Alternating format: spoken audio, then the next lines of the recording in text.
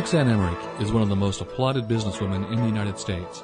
She is listed by Sales and Marketing Management magazine as one of the 12 most requested speakers in the nation for her unparalleled ability to create immediate, profound, and sustainable transformations for her clients.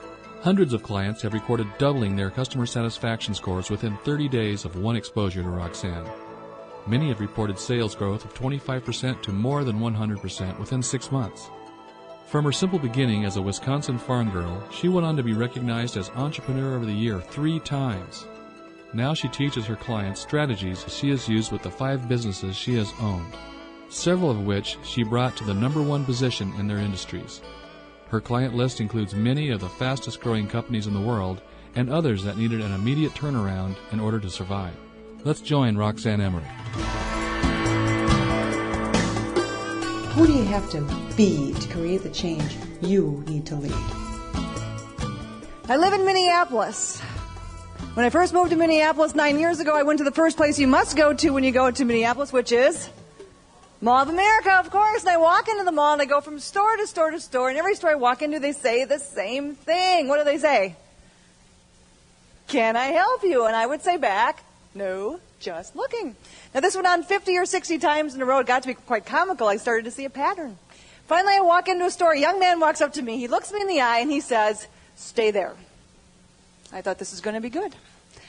So I stood there for a while. He comes back. He has a blue sweater. He drapes it over me, drags me to the mirror and says, look what this blue sweater does to your blue eyes. You would have to carry a baseball bat just to beat away the men. I own that sweater. And about half the things that were in the store that day, because this kid knew how to be extraordinary. And I started to think about that. And I thought about the fact that most of the world is en route. We go day by day doing the same thing everybody else does, the same old approaches, the same old way of looking at things, and we lose our passion to be extraordinary. And what I want to talk about today is having that vision of what extraordinary looks like, and how do you get yourself and how do you get the people around you to have the breakthrough to make something fantastic happen. Because I don't think, and I don't know why we're here on this planet, I think it is to make some difference. I don't think that you get to fill up the coffin at the end. I don't think all that stuff matters nearly as much as when we make the impact on the people around us.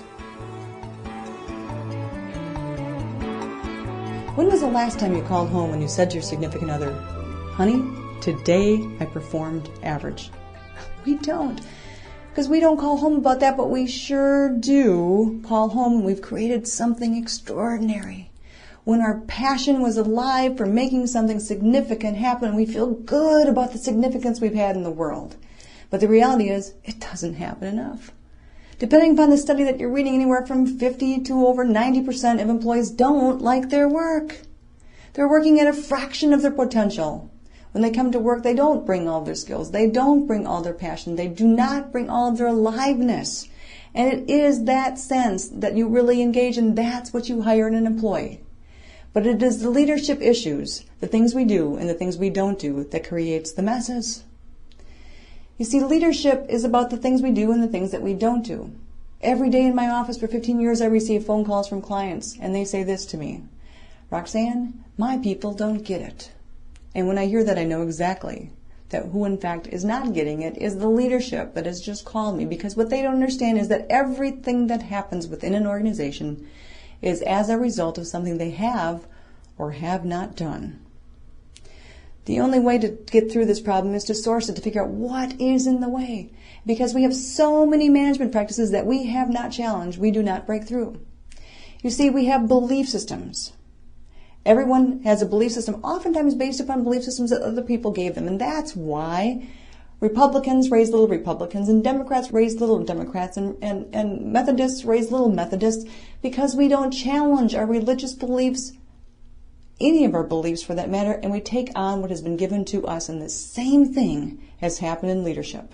And there are some very dysfunctional things we've done for a long time, and let me share a few of those with you, because once you have an understanding of these, you can't go back and do these behaviors that are unhealthy ever again. For instance, most organizations do strategic planning, and what they do is they go off to a retreat center, put on their khakis, and they begin to work on the mission statement.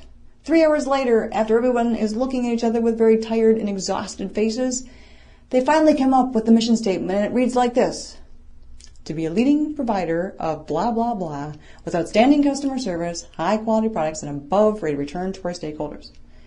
I don't care what the organization, the mission statement is pretty much always the same, and the mission statement gets identically the same result, and that is, when you bring it back to the troops, they don't say, oh boy. Instead, they go, why'd you bother? Because the mission statement has never engaged, but a vision statement does. And let me tell you the difference. A vision statement is a clear picture of an end result, of what extraordinary looks like. It is what rallies our souls to be significant and make that difference by really tying in to that difference that we can make. But the reality is, many times we don't tap into that. Let me give you a few examples.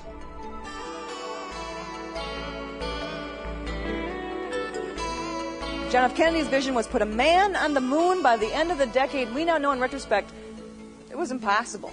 We only had 15% of the information we needed to accomplish that vision. But in our hearts and our minds and our souls, we thought, wouldn't that be neat? Bill Gates had a vision of putting a computer on every desk in America, and we know in retrospect that was impossible. But because he had people who were compelled, they made it happen. I had a vision one time. I travel a lot for my work, and I don't know what happens to you when you travel. You're about to find out. If you have family at home, because when I come home with 4 teenagers, I got to tell you, it's never pretty. And so for me, a cleaning lady is not a luxury. It kind of comes ahead of food on the budget. And my cleaning lady announced one day she was moving to Oklahoma, and I thought, oh no, how am I going to find another cleaning lady? Then it occurred to me, I don't even need another cleaning lady. What I need is a wife. Anybody relate to what I'm talking about here? The women all have their hands up. A couple of guys in the front. You're not quite sure, are you? Let me just explain. I didn't need someone to dust and to vacuum. I needed someone to make my house a home. And so I began to interview. Third woman who came to me named Rosie was about as wide as she was tall. She had a hearty giggle, and she had big pink cheeks, and she wore pink all-day Avon lipstick. You got to love a woman like that. We began the interview, and I asked her questions, and things were going great. And then I asked her the question that I did not like the answer to. I said, Rosie, what don't you like to do? And she said, I don't make beds, I don't do dishes, and I don't do laundry. And I said, oh no, Rosie, I forgot to tell you, I'm not looking for a cleaning person, I need a wife. Now these were the 90s, she wasn't quite sure to take me. So I calmed her down, I said, Rosie, I'm looking for someone to make my house a home and do the little things. And she said, I can do that. So the first week she came, she did all the things my previous cleaning lady had done, but she did one extra little thing. She put liquid soap on the soap dispenser, or in the soap dispenser. I was so thrilled. No one had ever put liquid soap in my soap dispenser. My kids don't even put toilet paper on the roll. I'm so thrilled. I send her thank you notes. I make a big deal. The next week this woman comes back. She is on fire. She moved the furniture. She cut flowers from her garden and put them on the kitchen table, and she cleaned underneath the refrigerator. Did you even know you could even do that?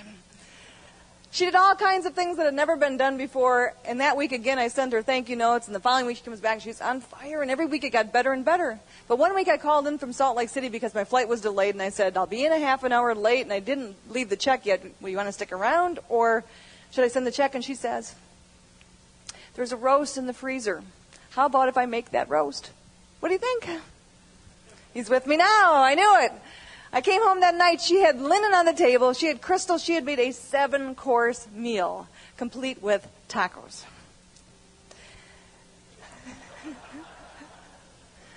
We sat down to eat, and I said, Rosie, come eat with us. I want to get to know you better. And we had a great conversation, and I began to eat the food, and I said, Rosie, you are a phenomenal cook. I don't know what you do with this food thing, but this really works. And she says, I know.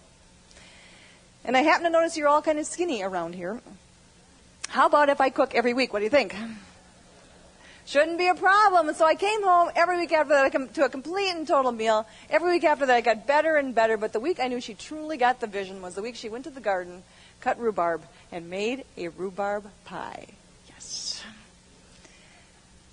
You see, with my previous cleaning lady, I managed her the way that they taught me in graduate and undergraduate school about how to manage people. They told me that managing people was about command and control. And so every week I had a list on the refrigerator door, and she would do everything on that list, check it off, and go home. And every day I robbed that woman's soul. Because I never let her think, I never let her create, I never let her be extraordinary.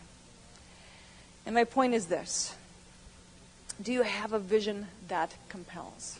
Do you have something that just gets them so excited that they really understand what this whole thing is about? There are 3 elements to the vision. Number 1, it needs to be short. Anything that goes beyond a short sentence doesn't work. And when I talk about short, I mean short in language. 4th grade language. I mean, have you ever heard a 4th grader say, we want to go have world-class service? They don't say that, right? They don't say we're going to be the leading provider of, do they? But they do say things like every customer will come back asking for a sales associate by name. Every customer will make every financial decision by coming to us first. Every customer who comes to us will stay with us for life. Every customer who does business with us will bring all their financial decisions to us. Every customer in our market area retires with financial independence. Those are the kind of visions that compel. It has the clear picture. And so number 1, it needs to be short. Number 2, it needs to be a picture of an end result. Can you see Man on the Moon? Sure can. Can you see a computer on every desk in America? Absolutely. Clear picture of an end result. But number 3 is by far the most important. Research shows that there are over 20.2 million people popping Prozac right now. 1 out of 4 people in the United States who is working is receiving some kind of treatment for mental illness or substance abuse each year. 46% of women, according to something I just read, will at some point in their life after age 40 be on some form of antidepressant. Now I look at these statistics and I think about depression, because depression, some of it's a chemical kind of thing, but some of it is because we're depressed. So I want you to think for a second to the last day you were really depressed, just kind of like get in that zone of just, ooh, it was just everything was going wrong. Where was your focus? Right here, baby. Okay, we get self-consumed, and the more self-absorbed we are, the more we spiral into it. The same thing happens with our organizations. When we start thinking it's about the budgets and the meeting the quarterlies and the monthlies, and we start to think it's about that, it doesn't work. Some of you know that my most recent book was an analysis. I work with some of the top performing banks in the country, and I analyzed what they do compared to what the average banks are doing. And the differences were profound. But the biggest difference of all, the most successful banks focus on their customer success. They don't talk about customer satisfaction. They don't care if their customers are satisfied, because if their customers are satisfied and they can get a better price someplace else, they're out of there. The same thing happens with the university. The same thing happens with our businesses. When we focus on making our customers successful, it's the spiritual lesson of it just comes back. The money comes in. It clearly happens. So 3 things: short, visual, of service to others. When we're profoundly focused on making the difference, it just works. Let me tell you about some of the things that I see that organizations do that gets in the way. The fastest growing genre of books right now is in the area of spirituality, which is kind of interesting. And it's not on economics, it's not on stocks, and it's not on self-help. It's on spirituality. There's a craving going on in this country with people kind of saying, there must be something else. What else is that? And I really believe that every organization, just like every person, has a soul. But oftentimes people check their soul at the door when they come in. And there's a million ways in which we check that soul at the door. I used to work with a guy I just plain did not like. Anybody work with somebody you just don't like? Raise your hands, honest people. Okay, some of you are lying right now, right? Well, I'll tell the truth. I worked with a man that I just didn't like him. He was rude to customers.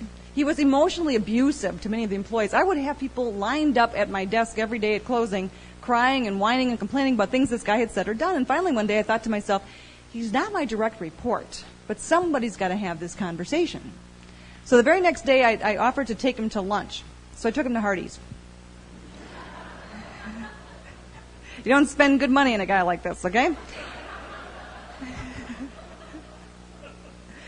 So we sat down to eat, and I am prepared to read him the riot act and all the dysfunctional things he was doing to people, and how I could identify this is passive-aggressive behavior, and this is, I had a list, I could quantify it. I had all the research on why he was wrong. And we sat down to talk, and before I had the first word out of my mouth, he said to me, "Nobody likes me out there." And I found myself saying, "Oh, no."